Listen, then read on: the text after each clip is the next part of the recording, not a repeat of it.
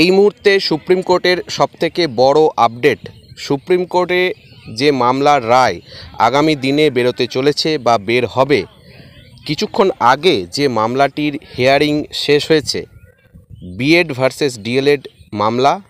অনেকে এটাকে মধ্যপ্রদেশ ক্লারিফিকেশন মামলা বলেন, অনেকে এটাকে ইন সার্ভিস বিএড ক্লারিফিকেশন মামলা বলে থাকেন।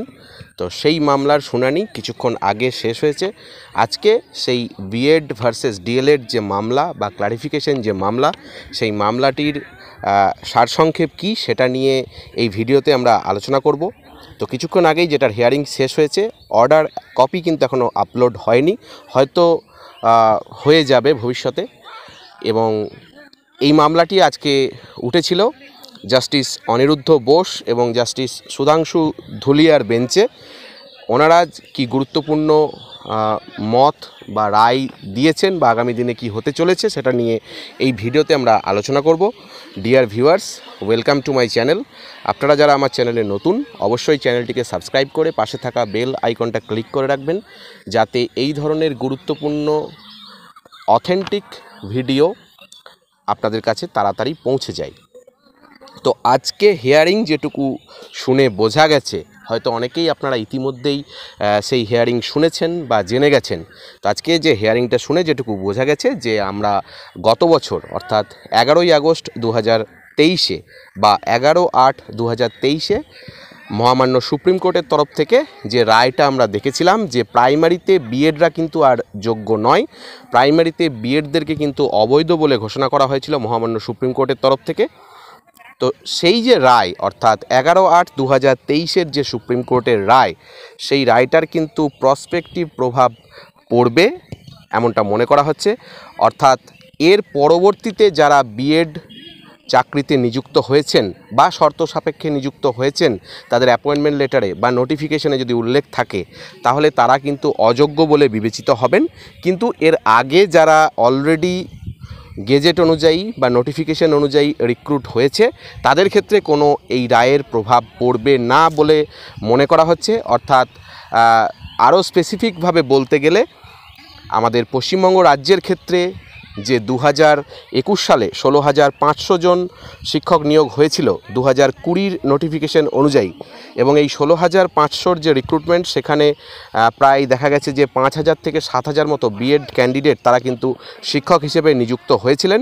এদের ক্ষেত্রে কিন্তু কোনো প্রভাব পড়বে না। অনেকে এটা নিয়ে দুশ্চিন্তায় ছিলেন বা সংশয়ে ছিলেন যে চাকরি চলে যেতে পারে বা এদের চাকরি নিয়ে টানাটানি হতে পারে, এবং অবশেষে বিভিন্ন ক্লারিফিকেশন মামলাতে ইন সার্ভিস পর্যন্ত ম্যাটারটা গড়িয়ে যায়। তো তাদের ক্ষেত্রে কিন্তু আজকে একটা বেশ খুশির দিন বা সুখবর বয়ে নিয়ে এসেছে আজকের মন্তব্য বা আগামী দিনে যে রায় হতে চলেছে। অর্থাৎ 2018 সালের যে গেজেট, সেই 2018 সালের এনসিটির যে গেজেট, সেই 2018 এনসিটির গেজেটটিকে কিন্তু বাতিল করা হয়নি সুপ্রিম কোর্টের তরফ থেকে। অনেক ডিএলএড ক্যান্ডিডেট বা যারা বিরুদ্ধ গোষ্ঠীতে ছিলেন, তারা এই মর্মে একটা রায় হয়তো আশা করেছিলেন বা এটার জন্যই তারা লড়েছিলেন বিভিন্ন ক্লারিফিকেশন মামলায়। তো মহামান্য সুপ্রিম কোর্ট বা বিচারপতি অনিরুদ্ধ বোস এবং বিচারপতি সুধাংশু ধুলিয়ার যে বেঞ্চ, সেই বেঞ্চ থেকে কিন্তু 2018 যে এনসিটি গেজেট, সেই গেজেটটিকে কিন্তু বাতিল করা হয়নি। অর্থাৎ পরে যদি কেউ রিক্রুট হয়ে থাকে বা কোনো নোটিফিকেশনের শর্ত সাপেক্ষে যদি কেউ রিক্রুট হয়ে থাকে, তাদের চাকরি বাতিল হতে পারে বা গ্রহণযোগ্যতা তাদের থাকবে না। কিন্তু যদি কেউ 2023 সালের এই 11ই আগস্টের আগে যদি কেউ কর্মরত বা নিযুক্ত হয়ে থাকে, তাহলে তাদের চাকরি কিন্তু সেফ। এবারে দেখা যাচ্ছে পশ্চিমবঙ্গে যে 2011 সালে 16,500 জন যে রিক্রুট হয়েছিল, এদের রিক্রুটমেন্ট কিন্তু 2021 সালে হয়ে গেছিলো। অর্থাৎ 2023-এরও কিন্তু 2 বছর আগে তারা অলরেডি তাদের যে কর্মস্থল, সেই কর্মস্থলে কিন্তু যোগদান করে ফেলেছিল। এরপরে এই যেটা মনে করা হচ্ছে, যেটা তো সুপ্রিম কোর্টের অর্ডার হতে চলেছে, অর্থাৎ সারা ভারতবর্ষে কিন্তু এর প্রভাব পড়বে। এটা এমনটা নয় যে শুধুমাত্র পশ্চিমবঙ্গ রাজ্যে এর প্রভাব থাকবে, এর প্রভাব কিন্তু ভারতবর্ষের প্রতিটা রাজ্যের ক্ষেত্রেই এর প্রভাব কিন্তু পড়বে। আমি আসবো পরবর্তীতে এই কোন কোন রাজ্যে কত সংখ্যক বিএড ক্যান্ডিডেট কর্মরত রয়েছে প্রাথমিক শিক্ষক হিসেবে বিদ্যালয়গুলিতে, সেগুলো নিয়ে এই ভিডিওতে আলোচনা করব। আপনারা স্কিপ না করে অবশ্যই শেষ অবধি ভিডিওটা দেখবেন। তো যেটা বলছিলাম যে 2011 সালের যে 16,500 রিক্রুটমেন্ট, এদের কিন্তু চাকরিটা সেফ থাকছে। এবারে অনেকে জানতে চাইছেন যে 738 বা 498 বা মোস্ট ইম্পর্টেন্ট যেটা যে 3929 এদের ক্ষেত্রে কি হবে, এদের ক্ষেত্রে বিএডরা যোগ্য না অযোগ্য। তো এখানে একটা জিনিস বলে রাখি বা একটা বিষয় যেটা আপনাদেরকে একটু মন দিয়ে শুনতে হবে, যে 2020 যে নোটিফিকেশন, সেই 2020 নোটিফিকেশন যেটাতে 16,500 রিক্রুটমেন্টের কথা বলা হয়েছে, এই নোটিফিকেশনেই অর্থাৎ এটা সেম রিক্রুটমেন্ট প্রসেস বা 738কে 16,500 একটা পার্ট হিসেবে বলা যেতে পারে।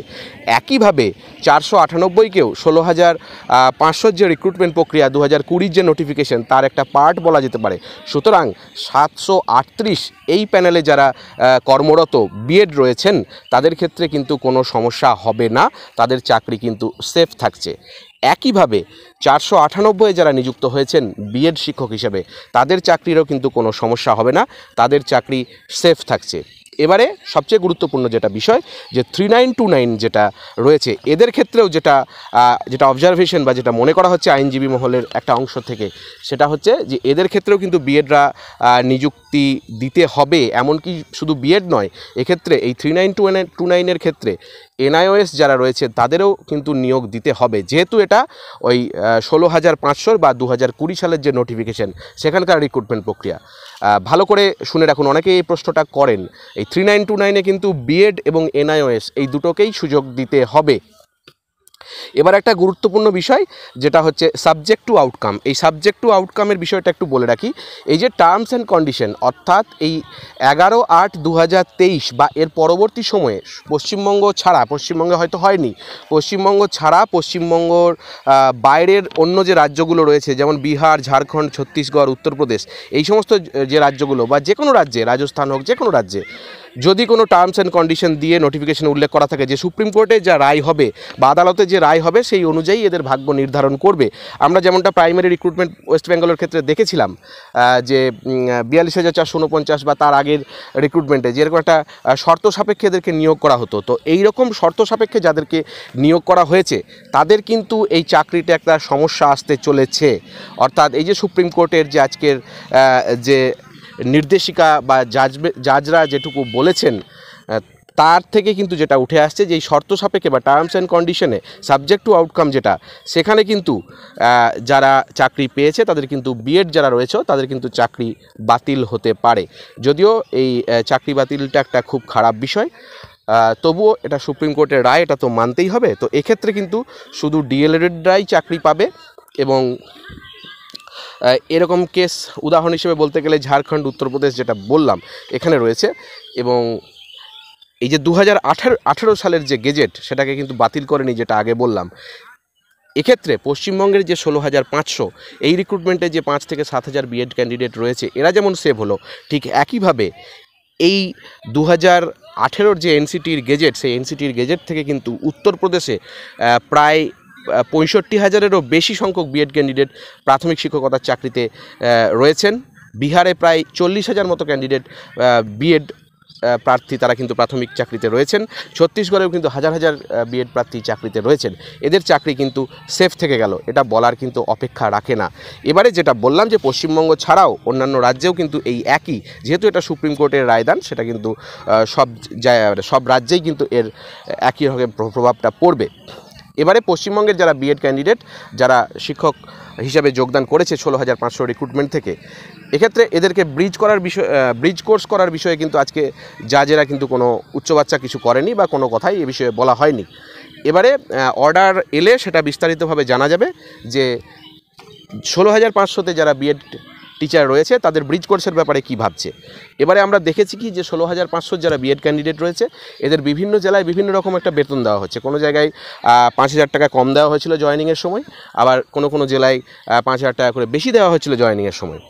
তো এই বিষয়গুলো কিন্তু পরবর্তীতে আবার যখন ইনক্রিমেন্ট হয়েছে, সেই একই হারে কিন্তু তাদের বেতনের যে ফারাক, সেই ফারাকটা কিন্তু আরও বেড়ে গেছে।